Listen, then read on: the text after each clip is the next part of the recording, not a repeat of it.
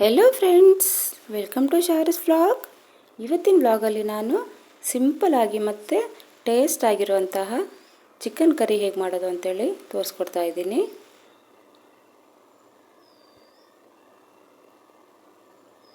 ಇವತ್ತಿನ ಈ ರೆಸಿಪಿ ಮಾಡೋಕ್ಕೋಸ್ಕರ ನಾನು 3/4 kg ಚಿಕನನ್ನು ಕ್ಲೀನ್ ಮಾಡಿ ಇಟ್ಕೊಂಡಿದ್ದೀನಿ. ನಂತರ ಈ ರೀತಿ ಚಿಕ್ಕದಾಗಿರೋ ಈರುಳ್ಳಿನ 1 ಕಪ್ ಅಷ್ಟು ತೊಗೊಂಡಿದ್ದೀನಿ. ಈ ರೀತಿ ಈರುಳ್ಳಿ ಚಿಕನ್ ಕರಿಗೆ ಒಳ್ಳೆ ಟೇಸ್ಟ್ ಕೊಡುತ್ತೆ. ಇದಿಲ್ಲಾಂದ್ರೂ ಪರವಾಗಿಲ್ಲ, ನೀವು ದೊಡ್ಡ ಈರುಳ್ಳಿನ ಉಪಯೋಗಿಸ್ಬೋದು, ಅದು ಕೂಡ ಒಳ್ಳೆ ಟೇಸ್ಟ್ ಕೊಡುತ್ತೆ. ಇವಾಗ ಸ್ವಲ್ಪ ಶುಂಠಿ ಮತ್ತು ಬೆಳ್ಳುಳ್ಳಿನ ಈ ಥರ ಕ್ರಷ್ ಮಾಡಿ ಇಟ್ಕೊಂಡಿದ್ದೀನಿ. 2 ದೊಡ್ಡ ಟೊಮೆಟೊನ ಈ ಥರ ದೊಡ್ಡದಾಗಿ ಹೆಚ್ಚಿಟ್ಕೊಂಡಿದ್ದೀನಿ.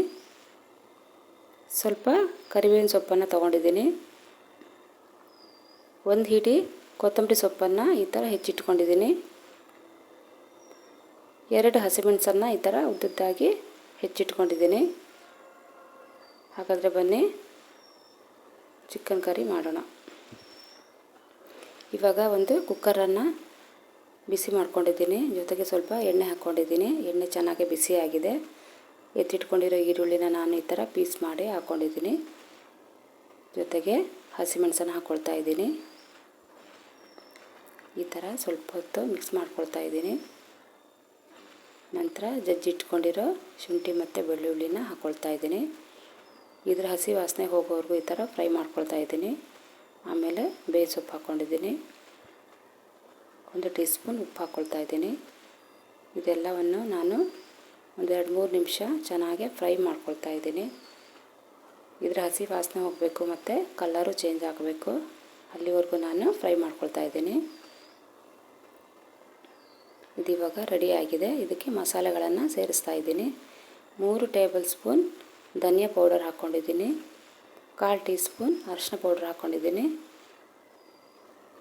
2 ಟೇಬಲ್ ಸ್ಪೂನ್ ಖಾರದ ಪುಡಿ ಹಾಕ್ಕೊಂಡಿದ್ದೀನಿ. 3 ಟೇಬಲ್ ಸ್ಪೂನ್ ಚಿಕನ್ ಮಸಾಲ ಹಾಕ್ಕೊಂಡಿದ್ದೀನಿ. ನಂತರ ಇದನ್ನು ಈ ಥರ ಮಿಕ್ಸ್ ಮಾಡ್ಕೊಳ್ತಾ ಇದ್ದೀನಿ. ಜೊತೆಗೆ ಇದನ್ನು ಲೋ ಫ್ಲೇಮಲ್ಲಿ ನಾನು 1-2 ನಿಮಿಷದಷ್ಟು ಕಾಲ ಇದನ್ನು ಫ್ರೈ ಮಾಡ್ಕೊಳ್ತಾ ಇದ್ದೀನಿ. ಈ ರೀತಿ ಫ್ರೈ ಮಾಡೋದ್ರಿಂದ ಮಸಾಲೆ ಇರೋ ಹಸಿ ವಾಸನೆ ಎಲ್ಲ ಹೋಗುತ್ತೆ ಮತ್ತು ಒಳ್ಳೆ ಪರಿಮಳ ಬರುತ್ತೆ. ಚಿಕನ್ ಕರಿಗೆ ಒಳ್ಳೆ ಟೇಸ್ಟ್ ಸಿಗುತ್ತೆ. ಇದಿವಾಗ ರೆಡಿಯಾಗಿದೆ. ಇದಕ್ಕೆ ನಾನು ಚಿಕನನ್ನು ಹಾಕ್ಕೊಳ್ತಾ ಇದ್ದೀನಿ.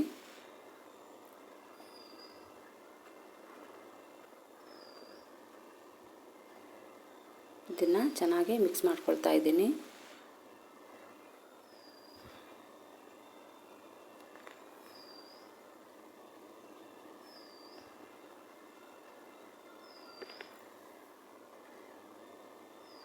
ನಂತರ ಇದಕ್ಕೆ ಸ್ವಲ್ಪ ಉಪ್ಪು ಹಾಕ್ಕೊಳ್ತಾ ಇದ್ದೀನಿ.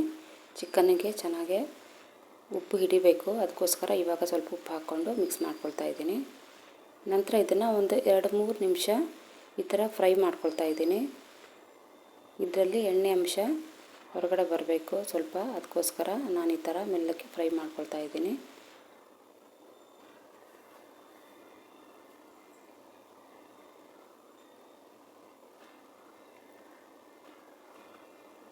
ಹಾಗೆ ಪಕ್ಕದಲ್ಲಿ ನಾನು ಸ್ವಲ್ಪ ಬಿಸಿನೀರು ಕಾಯೋಕೆ ಇಟ್ಕೊಂಡಿದ್ದೀನಿ.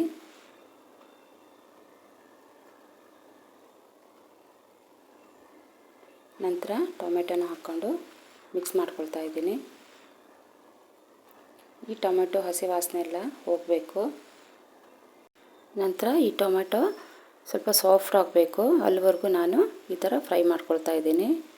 ಇವಾಗ ಇದು ಫ್ರೈ ಆಗಿದೆ. ಇದಕ್ಕೆ ನಾನು 3 ಗ್ಲಾಸಷ್ಟು ಬಿಸಿನೀರನ್ನು ಹಾಕ್ಕೊಳ್ತಾ ಇದ್ದೀನಿ.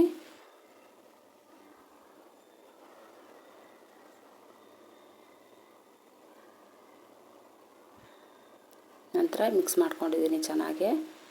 ಆಮೇಲೆ ಕುಕ್ಕರ್ನ ಕ್ಲೋಸ್ ಮಾಡಿ 3 ವಿಸಲ್ ಬರೋವರೆಗೂ ಬೇಯಿಸ್ಕೊಳ್ತಾ ಇದ್ದೀನಿ. ಇವಾಗ 3 ವಿಸಲ್ ಆಗಿದೆ. ಓಪನ್ ಮಾಡಿ ನೋಡ್ತಾ ಇದ್ದೀನಿ.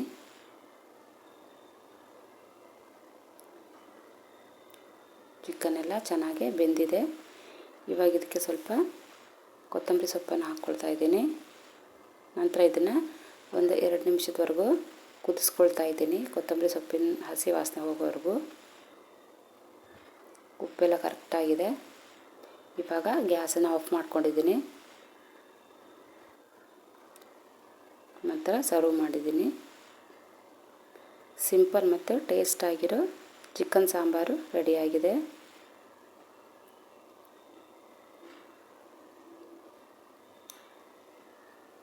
ಇವತ್ತಿನ ಈ ರೆಸಿಪಿ ನಿಮಗೆ ಇಷ್ಟ ಆಗಿದ್ದರೆ ಲೈಕ್ ಮಾಡಿ, ಶೇರ್ ಮಾಡಿ, ಜೊತೆಗೆ ನನ್ನ ಚಾನಲ್ ಯಾರೆಲ್ಲ ಸಬ್ಸ್ಕ್ರೈಬ್ ಮಾಡ್ಕೊಂಡಿಲ್ಲ ಸಬ್ಸ್ಕ್ರೈಬ್ ಮಾಡ್ಕೊಳ್ಳಿ ಅಂತ ಹೇಳ್ತಾ ಇವತ್ತಿನ ಈ ರೆಸಿಪಿನ ಮುಗಿಸ್ತಾ ಇದ್ದೀನಿ. Thank you.